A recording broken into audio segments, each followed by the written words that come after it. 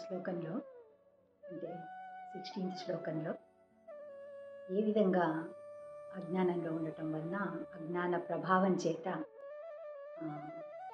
భగవంతుడి గురించి, సనాతనమైన ఆత్మను గురించి, అనిత్యమైన దేహాన్ని గురించి ఎటువంటి ఆలోచన లేకుండా ఉన్నారు.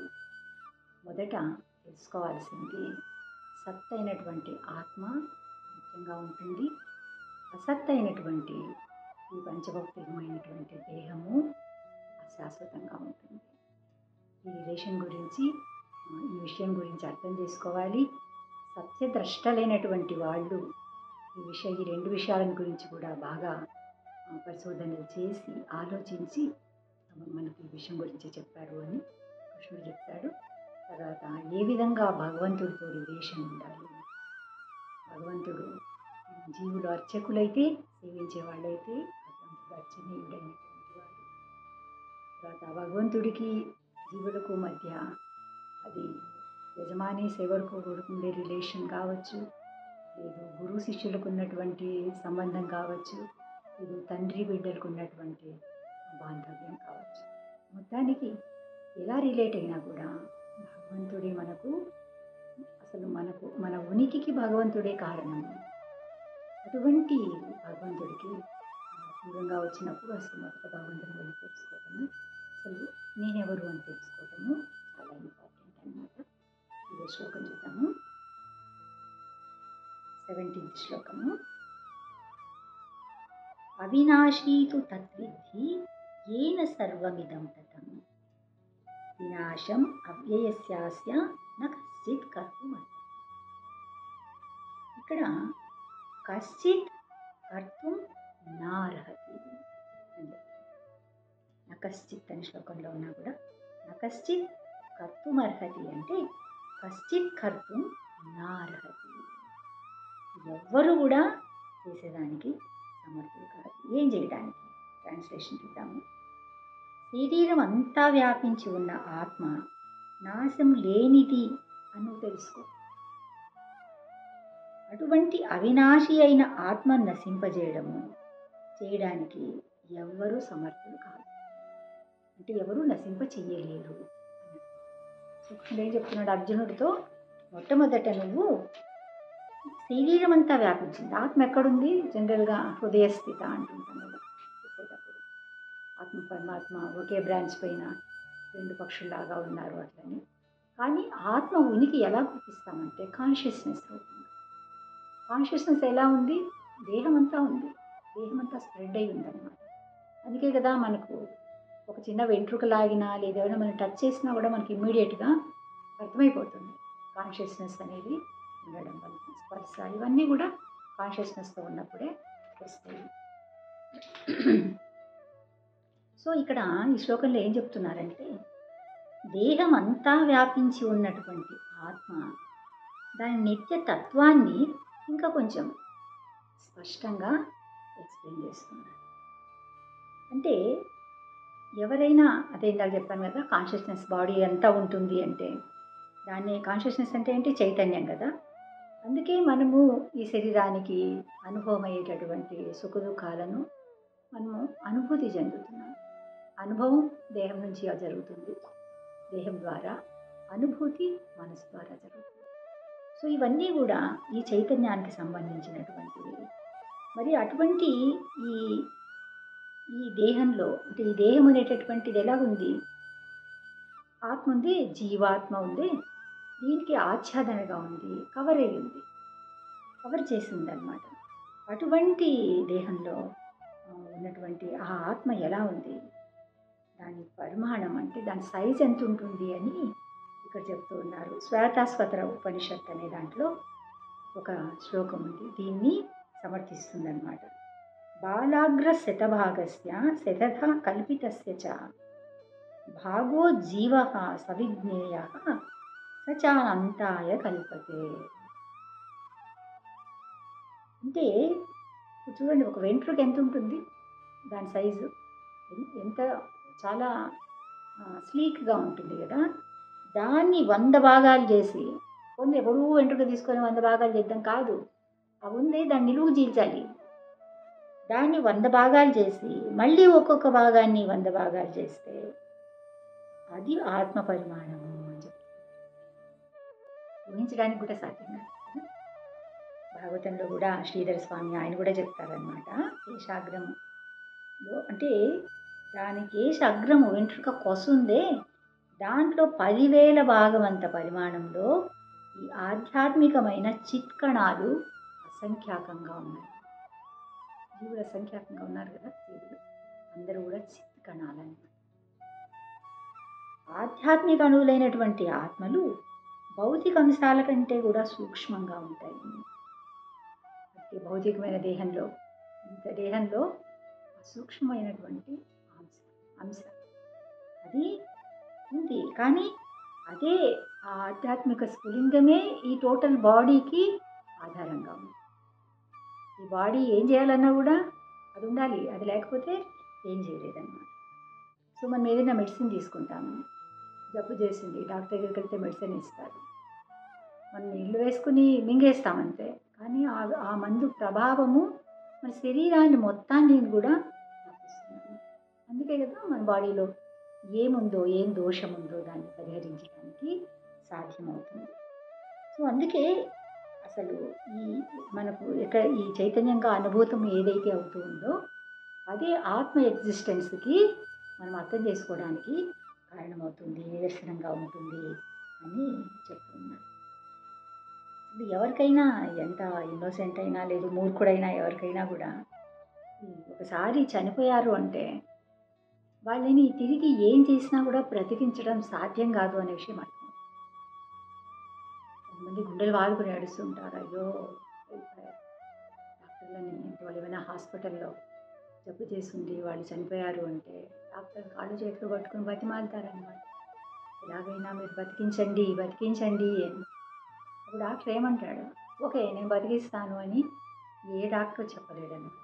అమ్మ నేను చేయవలసినవన్నీ చేశాను, తర్వాత భగవంతుడికయ్యా అని. ఆ మూమెంట్ వచ్చేసరికి డాక్టర్ కూడా భగవంతుడి పైన డిపెండ్ అవ్వాలి. సో ఆ విధంగా ఈ ఆత్మ అనేటటువంటిది ఏ దేహంలో ఎంతకాలం ఉండాలో ఆ పరిమితి దాటిందంటే ఇంకా ఒక్క క్షణం కాదు, ఒక లిప్త కాదు, ఉండదు. మళ్ళీ దాన్ని వెనక్కి ప్రవేశపెట్టడానికి సాధ్యం కాదు. అందుకే అటువంటి ఆత్మ, మరి అంత సూక్ష్మమైన ఆత్మ అంటున్నారు. వెంట్రుక కొసలో ఒక చిన్న వెంట్రుక కొస తీసుకుని, వెంట్రుక కాదు, వెంట్రుక కొస తీసుకుని దాన్ని 10,000 వంతులు చేస్తే ఉండేటటువంటి అంత సూక్ష్మమైనటువంటి ఆత్మ గురించి తెలుసుకోవాలి అంటే అది మామూలుగా తెలుసుకోలేము. సంపూర్ణమైన జ్ఞానంతోనే తెలుసుకోవడం సాధ్యమవుతుంది అని చెప్తున్నారు. అంటే ఇక్కడ మన దేహాన్ని తోలు తిత్తి అని చెప్తుంటాం. అంటే గాలితో నిండినటువంటి ఒక లెదర్ బ్యాగ్ అనుకోండి. దీంట్లో ఎన్ని రకాల వాయువులు ఉంటాయి? ప్రాణ, అపాన, ధ్యాన, సమాన, ఉదాన. ఈ 5 విధాలైనటువంటి వాయువు, పంచవాయువు, వీటితో ఈ ఆత్మ అక్కడ ఉంటూ, ఇంకటి ఇప్పుడు గాలి ఉంటే కదా స్ప్రెడ్ అవ్వాలి అంటే, మనం ఏదైనా స్ప్రెడ్ చేయాలి అంటే ఇప్పుడు ఎక్కడో పుష్పాలు ఉంటాయి, ఎక్కడో మల్లెపూలు, రోజెస్ ఏదో ఉంటాయి, ఎక్కడికో స్మెల్ వస్తూ ఉంటుంది. ఎలా వస్తుంది? వాయు చలనం వలన. సో ఏదైనా మనం స్ప్రెడ్ చేయాలి, దాన్ని వ్యాపింప చెయ్యాలి అంటే గాలి ఉండాలి. సో మనలో ఉన్నటువంటి ఈ 5 వాయువుల ద్వారానే దేహం అంతా కూడా ప్రభావితం చేయబడుతుంది, దాని ప్రభావాన్ని స్ప్రెడ్ చేస్తుంది అన్నమాట. అవి ఈ 5 రకాల భౌతిక వాయువుల కల్మషం నుంచి ఆత్మశుద్ధి కావాలి. ఇక్కడ నుంచి అక్కడికి, అక్కడి నుంచి ఇక్కడికి అన్ని రకాల వాయువుల చేత మనము పనులు జరుగుతూ ఉన్నాయి, కర్మలు జరుగుతూ ఉన్నాయి. ఈ మిషన్లో ఏదేది ఎక్కడుందో మనకు తెలీదు. నేను నాదే దేహం కాదు, నేనే దేహం, నాదే దేహం కూడా కాదు, నేనే దేహం. మరి ఏం తెలుసు ఎక్కడ ఏం జరుగుతుంది దేహంలో? పని మనం ఎవడే తింటాం కదా, ఆహారం తీసుకుంటాము, కళ్ళు చెప్తాయి, కళ్ళు నచ్చాయి, కళ్ళకు తీసుకుంటాం. ఓ టేస్ట్ నచ్చింది జిహ్వకు, నాలుకకి, తినేస్తాము. తర్వాత ఏమవుతుంది? లోపల తీసుకోవడం వరకే తప్ప తర్వాత దాని ఎఫెక్ట్ ఎలా ఉంటుంది, అది ఎలా వర్క్ అవుతుంది, ఏమీ తెలియదు. ఏది ఏం ఫంక్షన్ చేస్తుంది, ఏ విషయం మనకు తెలియదు. ఏదైనా అంతే అన్నమాట.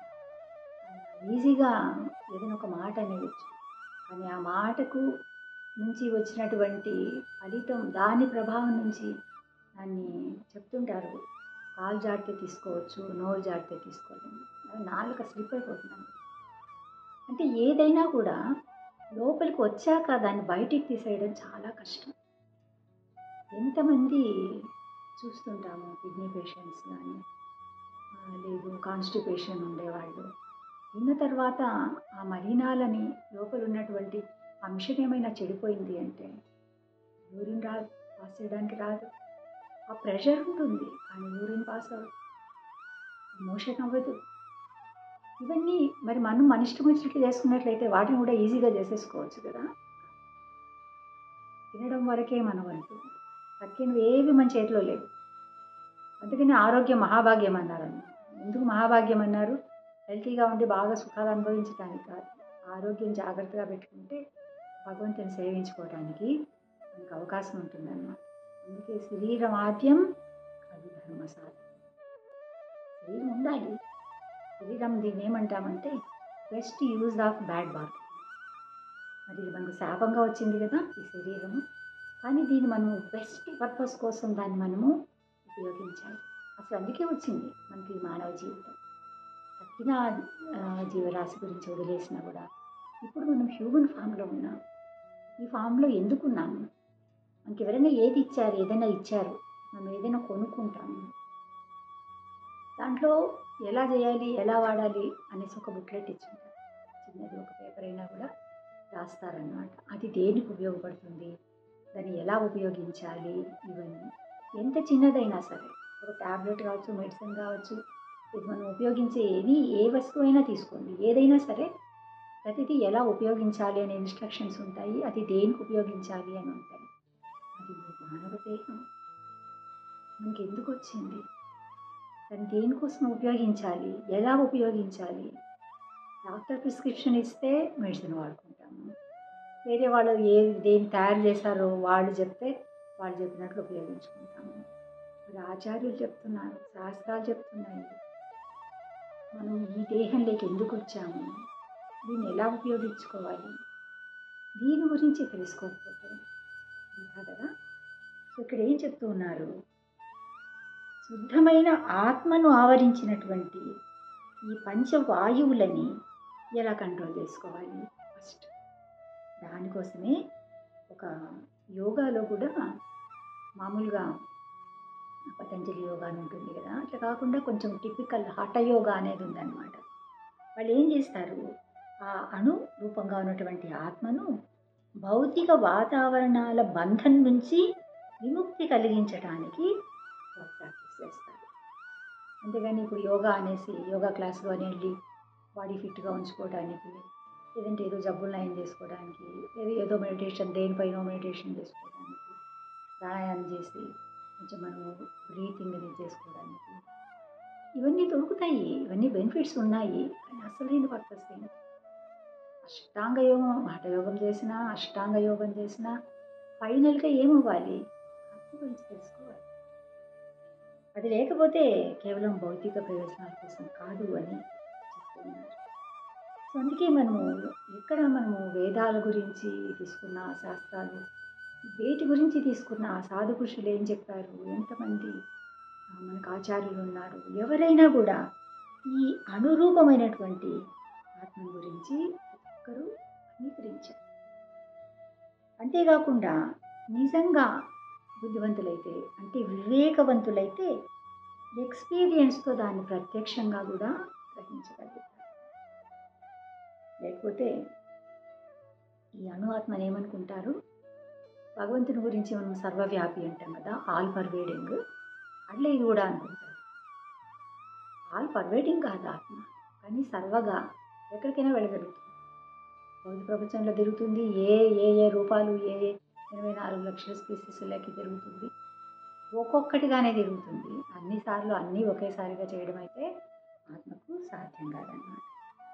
సో అట్లా ఈ ముండుకోపనిషత్తు ఉంది. దాంట్లో కూడా ఏ విధంగా ఆత్మ ప్రభావం శరీరం అంతా వ్యాపించి ఉంటుంది. మరి అనురూపంగా ఉన్న ఆత్మ ప్రతి జీవి హృదయంలో ఉంటుంది కదా. ఎందుకు మరి కనిపించడం లేదు? డాక్టర్ సర్జరీ చేస్తారు, వాళ్ళకి అక్కడ ఆత్మ లాంటిది ఏం కనిపించడం లేదు. వాళ్ళు ఈవెన్ హార్ట్ సర్జరీలు చేస్తారు, హార్ట్ రిమూవ్ చేసి పక్కన పెట్టి ఆర్టిఫిషియల్గా బ్రీతింగ్ని, హార్ట్ బీట్ని ఇచ్చి వాళ్ళు సర్జరీలు చేస్తుంటారు. ఎక్కడ ఆత్మ అనేటటువంటిది ఒకటి ఉంది అనే విషయము డాక్టర్లు గుర్తించాలి. అదేవిధంగా సైంటిస్టులు ఎన్ని పరిశోధనలు చేస్తారు కదా, వాళ్ళు ఏమంటారు, కెమికల్ రియాక్షన్, మ్యాటర్ నుంచి జీవం వస్తుంది అంటున్నారు. లేదు, జీవం నుంచి జీవం వస్తుంది. మ్యాటర్ ఎంత పెద్దది ఎలా చేసినా కూడా ఆ ఆ చైతన్యం, ఆ స్పార్క్ టచ్ అయితేనే దానికి మూమెంట్ వస్తుంది.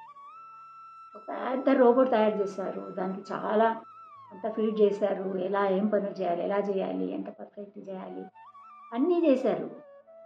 కానీ దాన్ని ఎవరు చెప్పాలి? ఆ చేసిన అతను దాన్ని కంట్రోల్ చేయాలి, ఆ స్విచ్ ఆపరేటింగ్ అతను చేయాలి. అంటే జీవంతో ఉన్నటువంటి ఒక టచ్ అనేది లేకపోతే ఏది పనిచేయదు.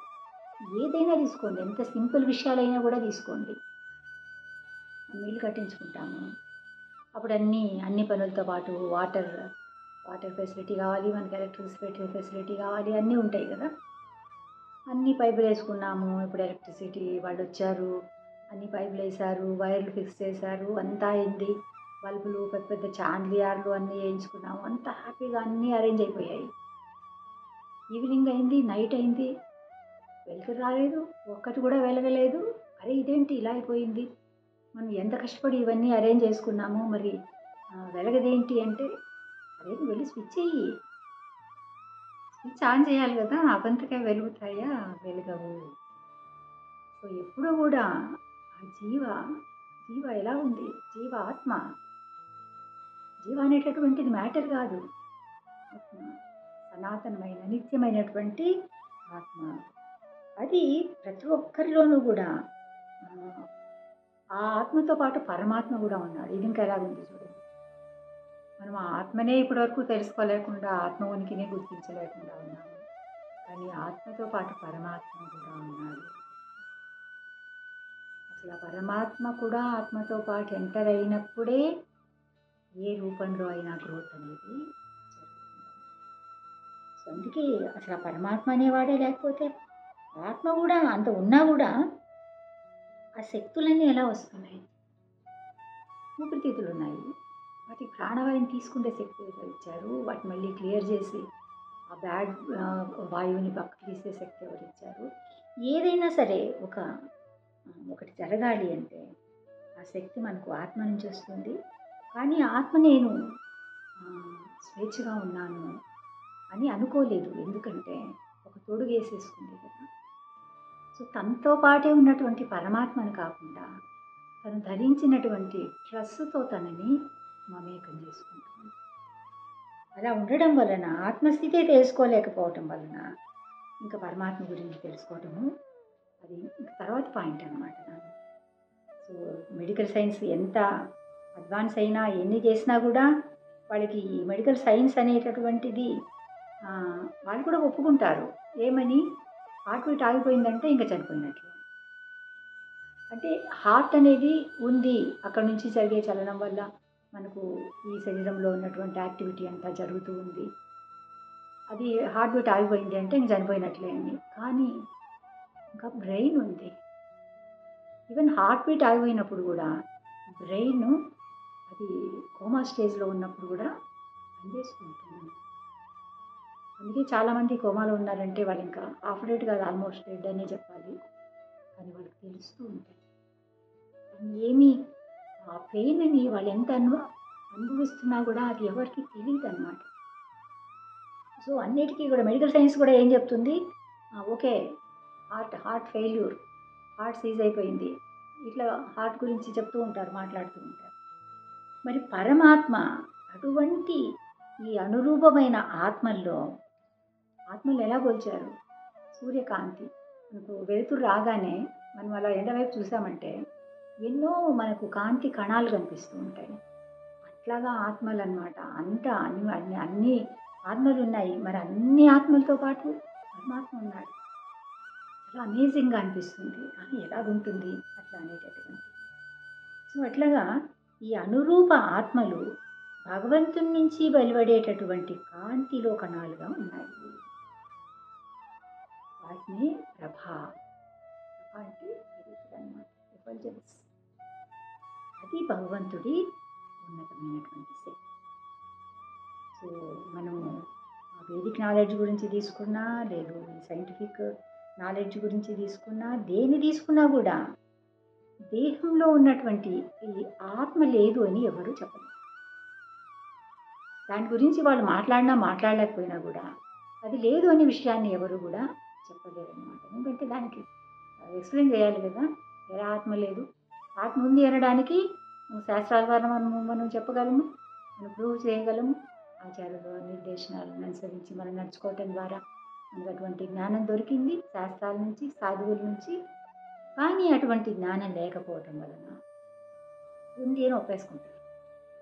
లేదు అంటే వాళ్ళు ఎలా లేదు అని చెప్పలేరు. సో, ఆ విధంగా భగవంతుడు భగవద్గీతలో ఈ నాలెడ్జ్ గురించి ఎక్స్‌ప్లెయిన్ చేయటం జరిగింది. క్రమంగా ఇంకా అసలు ఈ ఆత్మ ఎటువంటిది అనే దాని గురించి ఫర్దర్ శ్లోకాలు వస్తాయి. అంతే చెప్పు. హరే కృష్ణ.